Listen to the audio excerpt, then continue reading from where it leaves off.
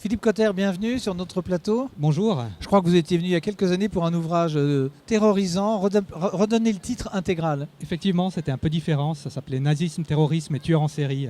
Oui. Oui.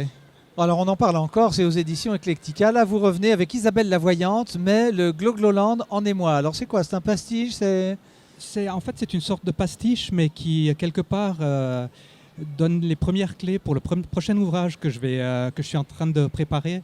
C'est un ouvrage sur la manipulation perverse dans la vie de tous les jours, que ce soit en politique, que ce soit dans les familles ou dans les couples. Le tyran ménager. Voilà, oui. Et là, ce que j'ai fait, c'est sur la manipulation, mais la manipulation bon enfant, qui est la manipulation avec humour, qui est une autre forme de manipulation qui est utile, qui est indispensable même, je dirais, à la vie de tous les jours, mais qui ne cherche pas à blesser autrui, à faire mal à autrui. Et alors pourquoi on dit que c'est une manipulation si elle ne fait pas de mal? Parce qu'elle peut être manipulation positive? Effectivement, c'est une manipulation positive où on cherche à obtenir une réponse de l'autre en lui donnant déjà certaines clés parce qu'on a envie qu'il agisse d'une certaine façon. Et ça, c'est quelque chose de très positif dans la vie de tous les jours. C'est quelque chose d'une qualité sociale, une qualité... Pour les managers? Pour les managers, au niveau du travail, au niveau de la famille, au niveau de la politique, bien sûr. C'est quelque chose qui est très important, mais qui ne cherche pas à blesser autrui.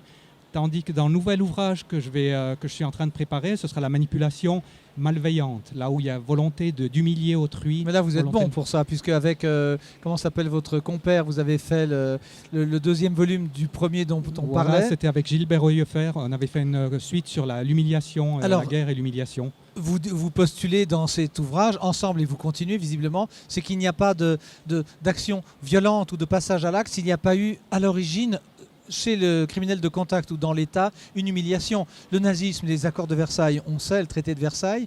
Et pour le criminel de série, quelque chose dans l'enfance. On est toujours dans cette même gamme Et effectivement, c'est le premier pas, je dirais, vers la violence, c'est l'humiliation. Et après, c'est un long développement qui fait que l'individu, au lieu d'agir, de devenir résilient et de trouver des voies de socialisation à cette humiliation, sa voie à lui, c'est d'humilier autrui et en quelque sorte de reproduire le modèle qu'il a subi.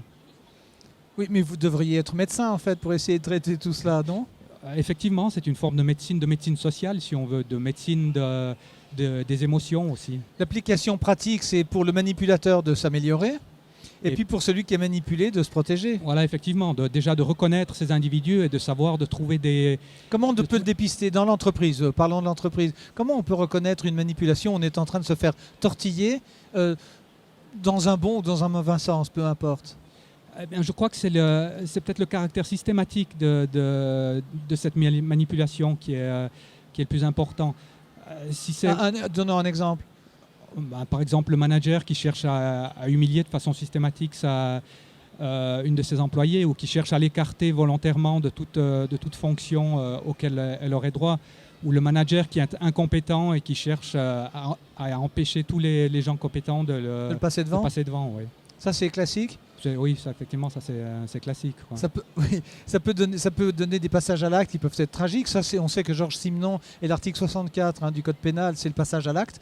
Cela peut expliquer ce genre de choses, de la frustration, de l'humiliation. Puis un beau jour, un bonhomme pète les plombs, indépendamment de ses prédispositions psychologiques. Ça peut arriver, oui. En général, ce que les gens font, c'est plutôt malheureusement la dépression est la réponse la plus fréquente. C'était la SNCF et ce sont les employés qui se jettent par la fenêtre. Effectivement. C'est une réalité sociale. Vous avez dû être sensible à ça et lire tout ce qu'on pouvait lire sur ce genre de choses. C'est une réalité sociale qu'on retrouve aussi dans les couples lorsqu'il y a un manipulateur pervers, voilà comme on les appelle, au sein du couple, il y a l'autre partenaire au sein du couple qui est en grande difficulté. Là, on sait que Geneviève Vifiguière avait commis Tarentule, où c'est la femme qui manipule l'homme. C'est à part égale, vous avez eu le temps de faire des études statistiques, c'est plus les hommes qui sont manipulateurs? Il y a des deux côtés, mais les stratégies qui sont utilisées sont différentes.